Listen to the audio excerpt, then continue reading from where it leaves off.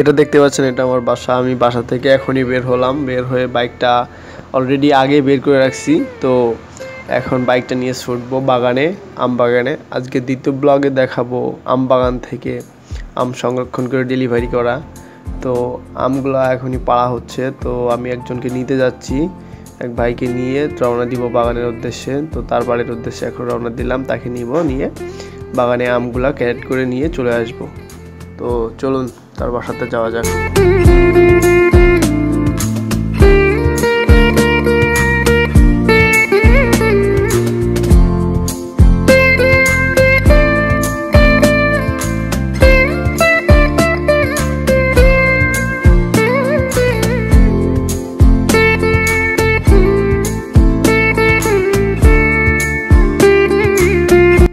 একটু আধটু বৃষ্টি হয়েছে, বৃষ্টি হওয়ার কারণে দেখতে পাচ্ছেন যে এই যে কাঁচা রোডগুলার কি অবস্থা। রোডগুলাতে অতিরিক্ত স্লিপ খাইতেছে বাইক এবং কাদা অল্প। আমি অলরেডি ওদের বাসার রোডটাতে ঢুকাই দিয়েছি। এই যে দেখতে পাচ্ছেন, এই রোডটা ওদের বাসার রোড, কিন্তু আমি সামনে যে অবস্থা দেখছি এই রোডটাতে ঢোকা আমার পক্ষে সম্ভব না। তো আমি আবার ব্যাক চলে আসলাম। এমন পরিমাণে কাদা হয়েছে সামনে যে আমার বাইক যাবে না। তো আবার এখান দিয়ে ঘুরে পিছন দিয়ে ওর কাছে গেলাম। এটা দেখতে পাচ্ছেন, এই যে পিছনে এটা ওর বাসা। যাই হোক, ওর জন্য বেশিক্ষণ ওয়েট করতে হলো না, বলার সাথে সাথে চলে আসছে এবং ওকে নিয়ে আবার রওনা দিলাম বাগানের উদ্দেশ্যে। একই রোড দিয়ে ব্যাক করতেছি। গাড়ির স্পিড একটু বেশি আছে, এই রোডে এত স্পিডে যাওয়া আসলে ঠিক হয় না, বাট আমার একটু ইমার্জেন্সি ছিল, তো এই জন্য একটু দ্রুত গেছিলাম। তো এবার পুরো বাগানটাতে চলে যাব, বাগানের আম পারবো শঙ্কুর ভাই, কিন্তু আমি যাব গিয়ে দেখি এবং আপনাদের গাছ পাকা আম কেটে দেখাবো কেমন হয়েছে, কালার হয়েছে কেমন।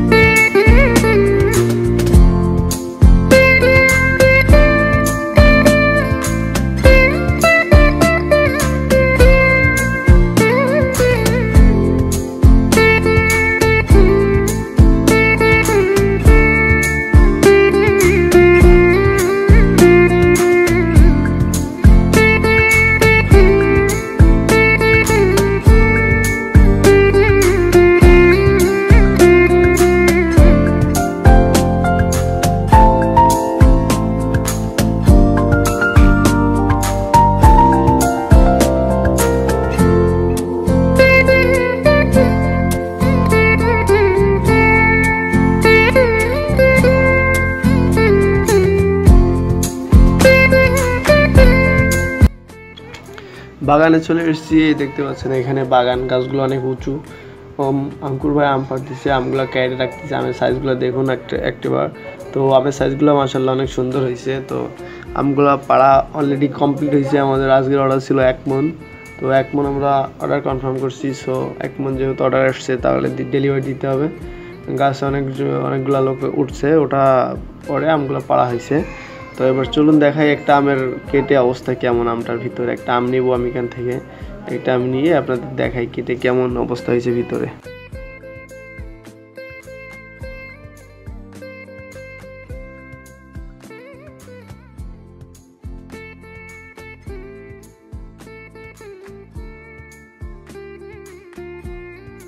এই অঙ্কুর ভাই আমাদেরকে পাকা আম দিয়েছে, এই যে দেখতে পাচ্ছেন হাতে, এটা অবশ্য পাকা আম, গাছ পাকা। তো আপনাদের কেটে দেখানোর জন্য আর কি ক্যামেরার সামনে নিয়ে আসলাম। দেখুন কি অবস্থা আমটা টোটালি পেকে গেছে, গাছ ফুল নেবে গেছে আম। এখন সব আমগুলো পেরে রেখে দিলেই বাসাতে পেকে যাবে, কোনো সমস্যা হবে না।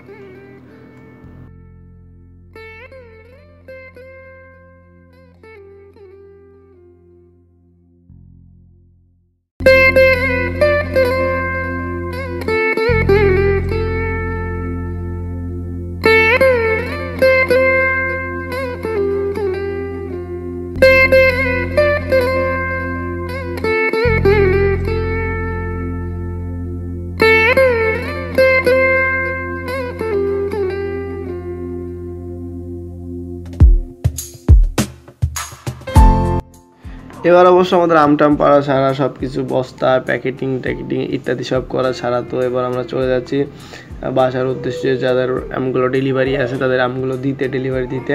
তো একটু গাড়ির স্পিডটা বেশি বাড়ায় রাখছি যেন অতি দ্রুত চলে যেতে পারি, অনেক দূরে একটা ডেলিভারি আছে, তো এই জন্য আমরা ওখান থেকে রওনা দিলাম।